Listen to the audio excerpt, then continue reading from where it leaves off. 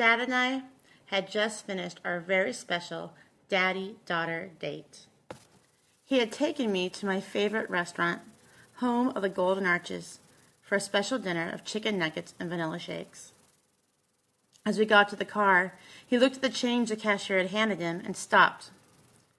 "She gave me 35 cents too much," he said. "Tammy, can you go back inside and give it to her?" As a self-conscious 10-year-old, I was mortified about going back to return such a small amount. "But, Dad, it's only 35 cents, I said. "I don't want her to get in trouble for being short at the end of the night," he said. I wanted to protest, but I knew it wouldn't do me any good. My dad was always doing these kinds of things to me. That's what I thought at the time, that he was doing something to me. Now I know that he was doing something for me. He wasn't just preaching the importance of compassion to other people. He was making it a way of life. That's how my dad has always taught things, not by lecture or fear, but by example and love. Not that I always appreciated what he was doing. I remember when he used to drive me to school in his old carpet cleaning van. It was old and rusty and kind of smelly, and I hated being driven to school in it.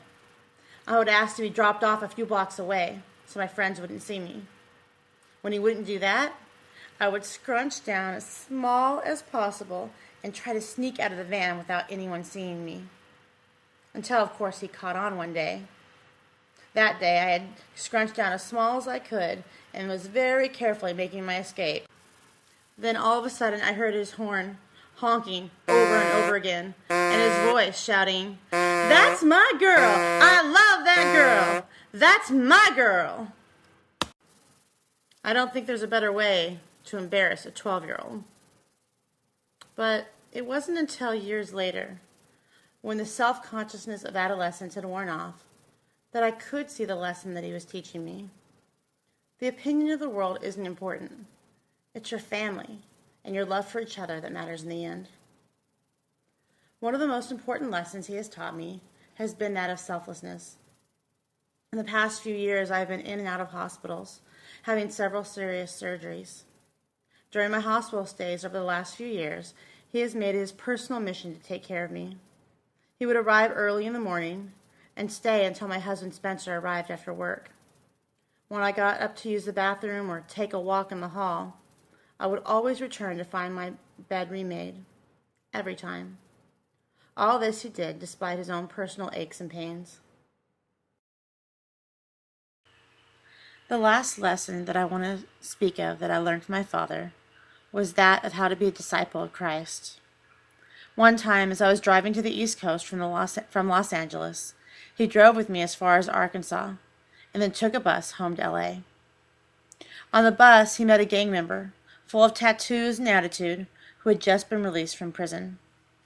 He then proceeded to teach his men about the atonement, and when the man said that he could never be forgiven for the terrible things he had done, my dad spoke up and said, "You're wrong. Don't you dare say that. Jesus' atonement is for everyone." I can see it in my mind's eye. My small 5-foot 5-inch father speaking so boldly to a hardened criminal. Of course, by the end of the bus ride, the young man thanked my father and considered him a friend. The lessons have been many over the years. Each one has added to the debt I owe him for teaching me to become the person he believed I could be. As he grows older, I try to repay him. But really, in my heart, I know the only thing he wants in return is for me to just honk my horn and shout at the top of my lungs, "That's my dad. I love my dad."